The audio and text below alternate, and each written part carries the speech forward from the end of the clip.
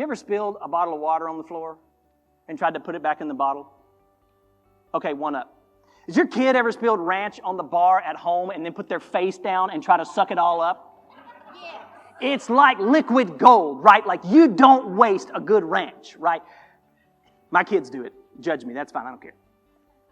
But once you spill something out, it's really hard to get it back. It's dang near, if not impossible, to get it back. And that's an appropriate picture of what God wants us to do in worship, is to take our heart and to pour it out. Before Him. But the problem is, for lots of us, we don't have anything to give Him because we've already given it somewhere else. So as we talk about pouring out our heart in worship, maybe today, I'm going to give us a couple of steps of how we pour out our heart, but maybe step one is to go back and to reclaim those places where you have poured your heart out.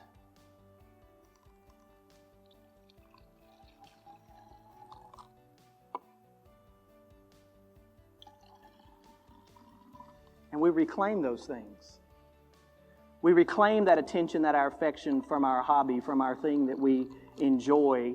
And God's not against you enjoying something. He's a jealous God. He wants you to enjoy Him more than you do anything else. And so we go back and we reclaim those areas of our life to where then in our heart we have something to give Him. But then when we have something in our heart to give God, we don't just give it. But what does it say?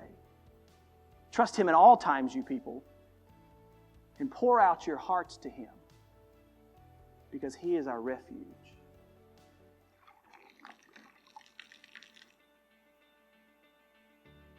There's no getting that back.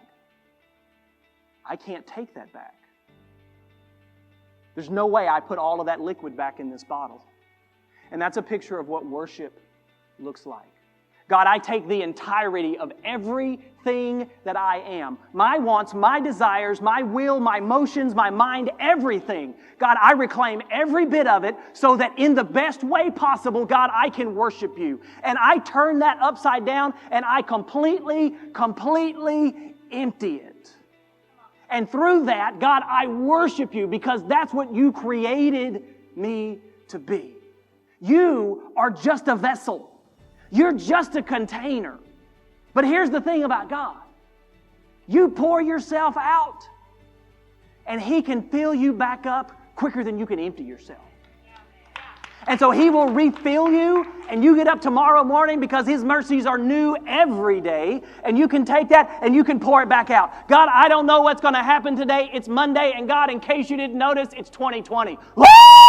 God, I don't know what's going to happen today, but God, I give it to You. I pour myself out. God, use me today. God, speak to me. And God, fill me again with Your Spirit so that I can wake up on Tuesday morning and say, God, thank You for waking me up today. I'm going to empty myself. And God, from the top of my head to the soles of my feet, God, would You refill me, not so the purpose that I can be filled, but so the purpose that I can empty myself. I can pour out my heart. And in pouring out my heart, I worship the God that made me best.